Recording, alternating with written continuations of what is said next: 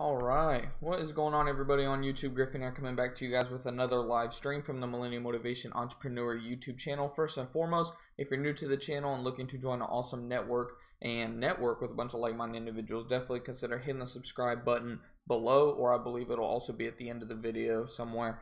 And definitely while you're at it, check out our Discord group chat. That's one of the first links down in the description box. Super easy to join that.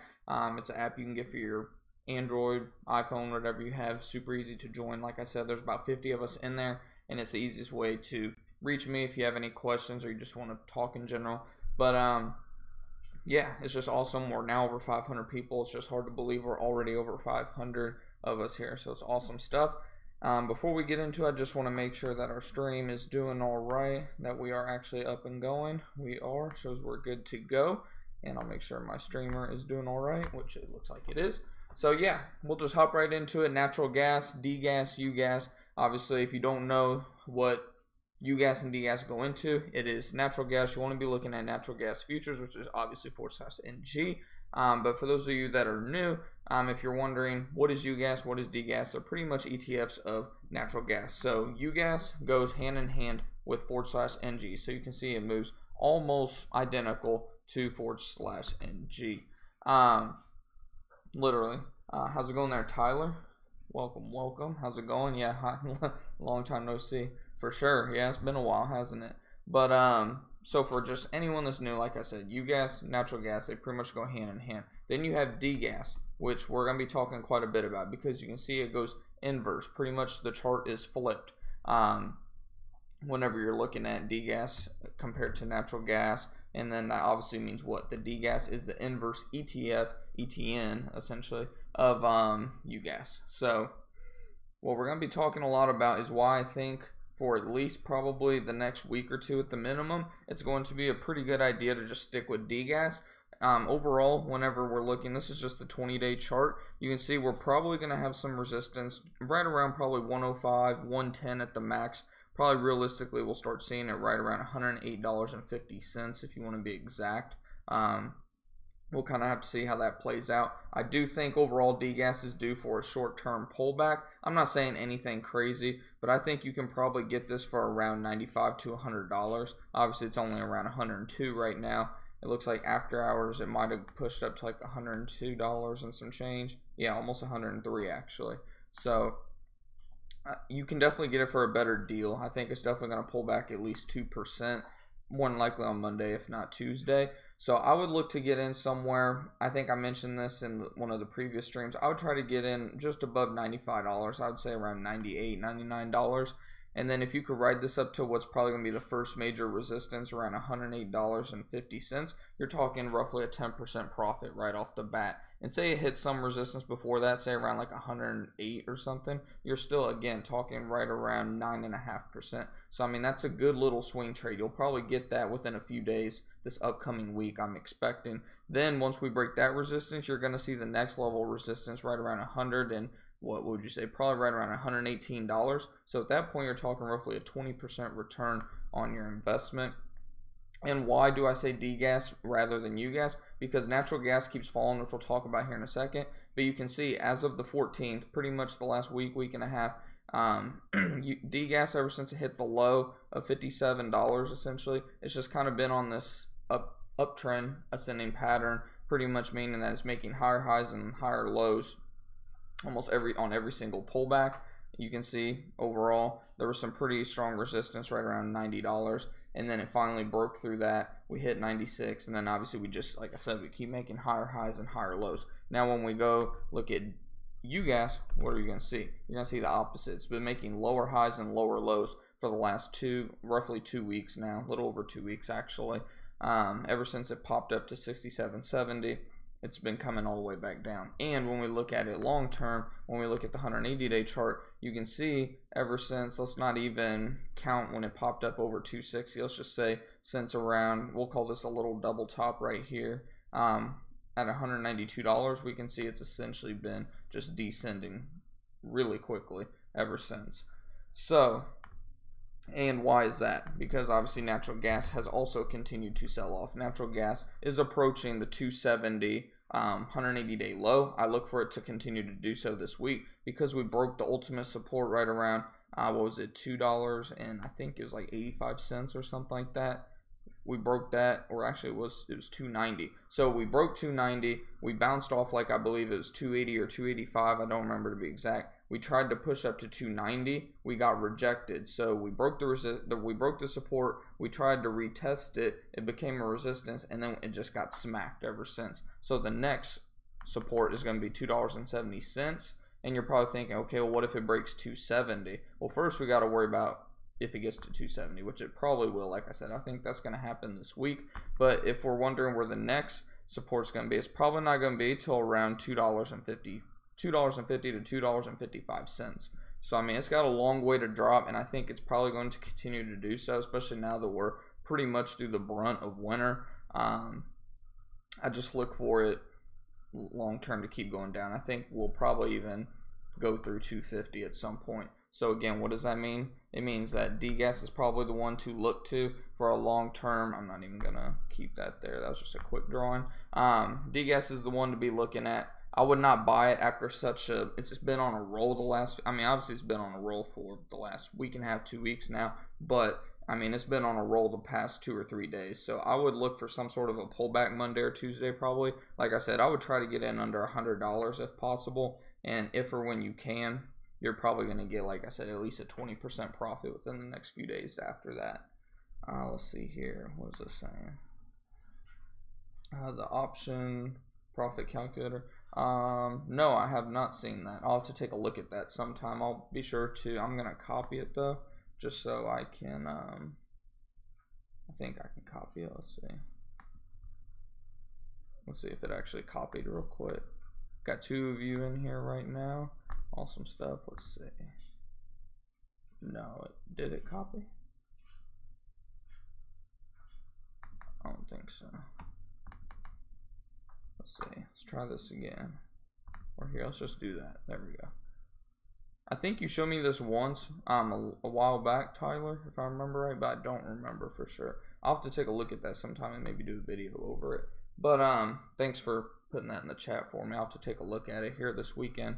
But yeah, pretty much at least for the day we're doing this video is February 2nd, 2019. So obviously this could be totally different by the time anyone views it on YouTube. I mean, you could view it a year from now and we're talking a totally different story. But at least as of February 2nd, 2019, going into the next trading week, it's a Saturday right now, going into the next trading week, we're probably looking at UGAZ retesting $120. So I mean, like I said, even if I wouldn't get too picky, if you can get this at $100, say it only pulls back to $100, drops about 2% from where it's at right now, I would consider hopping in. I'm just a little bit more picky about getting in. I would like to get in for under 100, but if it looks like it's building a good support at $100, and by all means, I'll consider hopping into that and then riding it up probably, because I think it's going to try to touch at least 120. So if you get in 100 and then you sell 120, you're talking, like I said, 20% profit probably within 1 if not 2 weeks for sure at the latest probably. Do a call spread. Yeah, you could do a call spread too. I'm not trading options currently just because I don't have the time to actually keep managing my positions. I'm just doing like a longer term investing right now, like trading, like a more of a swing trading type of deal. I'm actually not even, I'll say up front, I'm not going to actually probably be investing in UGAZ or DGAZ. I'm more of an oil trader. I just know that a lot of people, especially a lot of newer people, like to go into natural gas, oil, all that stuff. And I was like, hey, DGAZ and UGAZ are definitely they're definitely switching their patterns right now. And I've seen a lot of people have been getting caught up on UGAZ, bag holding it. And I'm just trying to tell everybody, look, you need to just, for now, for at least the next 1 to 2 weeks, dump UGAZ. If you lost some money in it, oh well, learn your lesson, move on. I mean, you can tell it's been reversing for a while. I mean, you could see right here where it hit the low that it was building a support right around 58.50. So, I mean, you should have seen that to begin with. I don't know why I didn't even whenever I bought a few shares of UGAZ. I bought it earlier last week, obviously. Sold for a slight loss, nothing major. I only had a few shares anyways. But, I wanted to do this video simply because, like I said, I know there's a lot of newer people investing in UGAZ, DGAZ, and I was trying to kind of just explain what would be a potential good entry point? Like I said, I think you're definitely going to be able to get it for around probably $95 to $98. But if for some reason it starts to build a support right around 100, don't be hesitant to maybe buy a couple shares, and then if it dips, maybe average down a little once it obviously finds a true support. Because obviously these could reverse at any second. You never know what's going to happen with these commodities, with like natural gas, oil, any of that. They can always reverse on you in a heartbeat. So obviously be careful. Have your support set up. Have your stop losses that you need, or whatever sell limits that you need to set up if you're not able to watch your investments too often. Oh yeah, there is no options for DGAZ either, by the way. Yeah, I almost forgot about that too. But yeah, I mean, the risk versus reward is definitely there. If you're worried about that they could flip at any moment, I don't think they're going to till at least it tries to retest $110. I mean, at the minimum, you're talking a 10% return. I think the risk versus reward is there, where if you could get in at $100, I would consider setting a stop loss maybe at like 95 if you're wanting to. Some would say 98, 97. I wouldn't, because like I said, I do think it will probably come down to around $97 at some point. I would, if you're going to get in at 100, just set a stop loss around 95 and then just kind of ride it, watch what happens. You're probably going to get at least 10%, 20%, maybe even return on your investment. Let's see. Let me make sure we're still doing all right on the stream. Still got 2 of you tuning in. I need a quick drink. But yeah, I mean, just overall, it's just, I'm looking at it from a pure technical standpoint. And I mean, natural gas, it's just continued to sell off. And every time I go out further, I'm like, hey, this thing has a lot of room to keep moving down. Like 270 is going to be a very, very, very, very big crucial point. I mean, we're not too far off from it already. I mean, if we go down, well, I need to do it like this. Zoom out a little. If we go down, let's see, we're at 2733. Let's just say 273.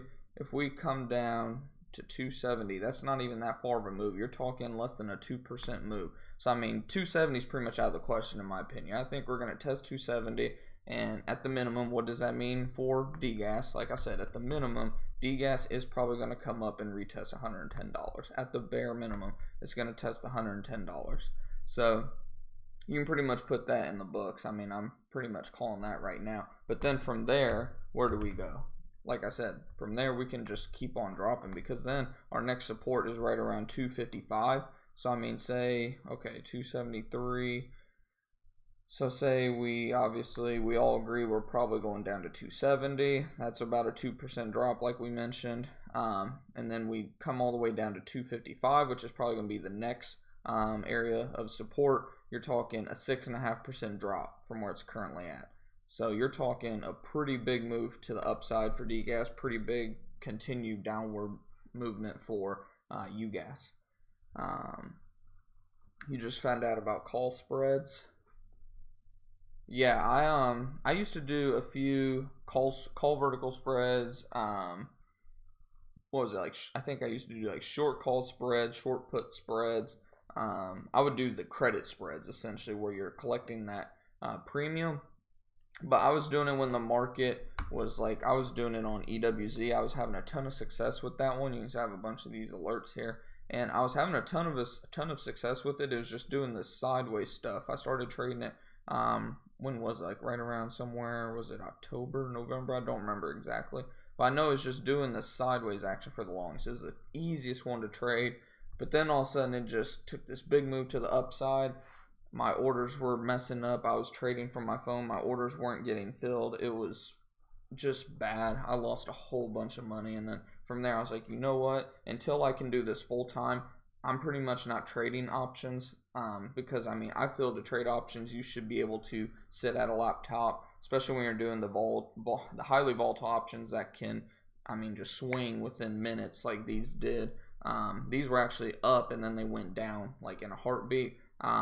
I was trading from my phone in a horrible service area, wasn't getting filled. I was behind, my data was behind, so I was like, you know what? I just vowed to myself from then on. I was like, I'm not doing any options until I can do this full time. I'll just do kind of more of a swing trading. That way I'm not so stressed out about it.